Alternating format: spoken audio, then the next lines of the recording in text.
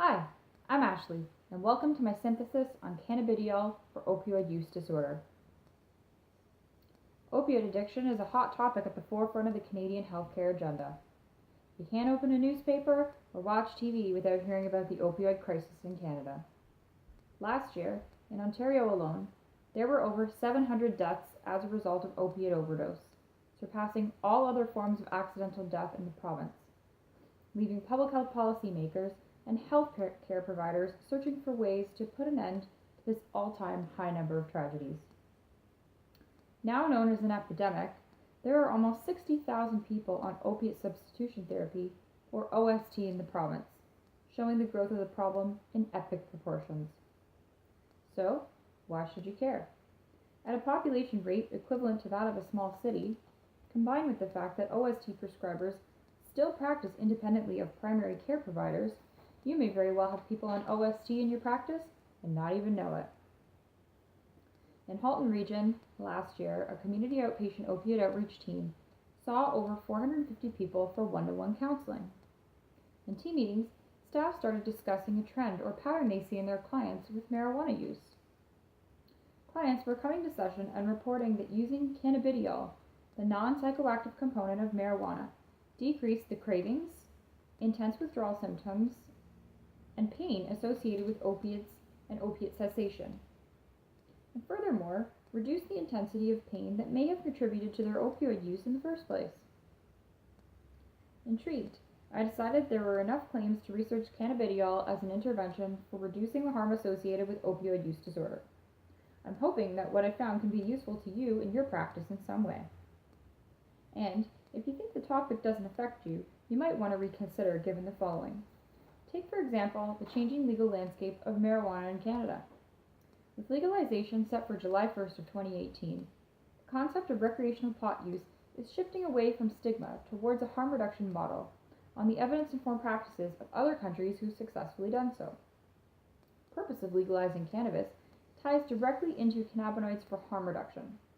Legalization allows users to become empowered with education and choice by understanding the contents and strengths of the drug they're using, eliminating the risk that it is contaminated with other drugs, mold, or potentially chemical pollutants.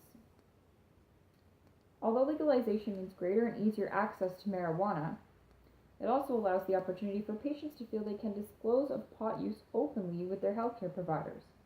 Thus, if you are practicing as a physician or nurse practitioner, there's likelihood that at least some of your patients will be using medical or recreational cannabis alongside other medications prescribed.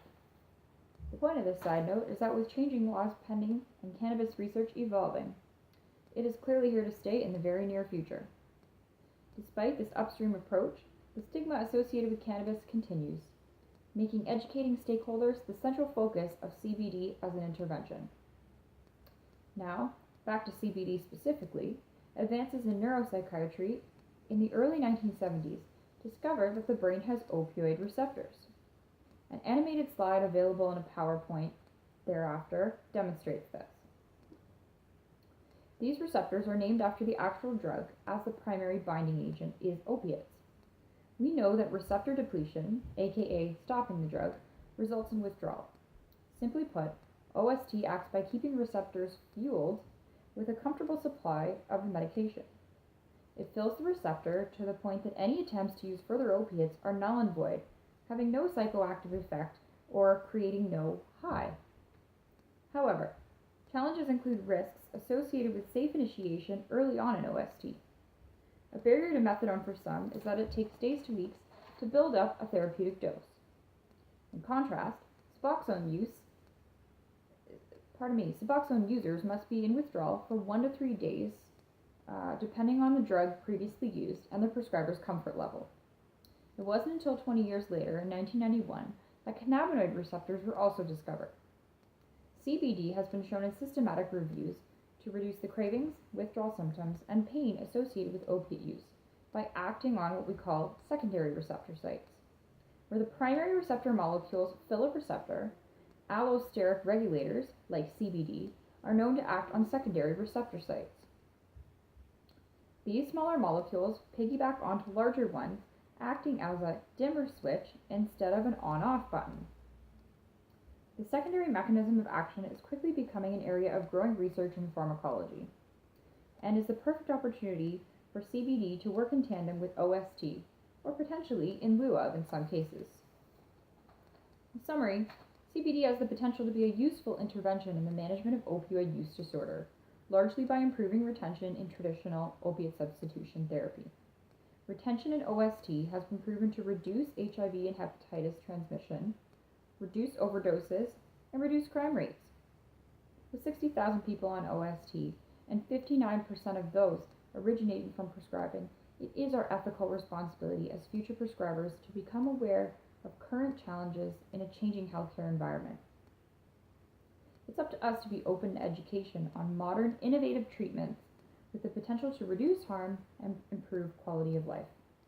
After all, aren't those the grassroots of healthcare? Thank you.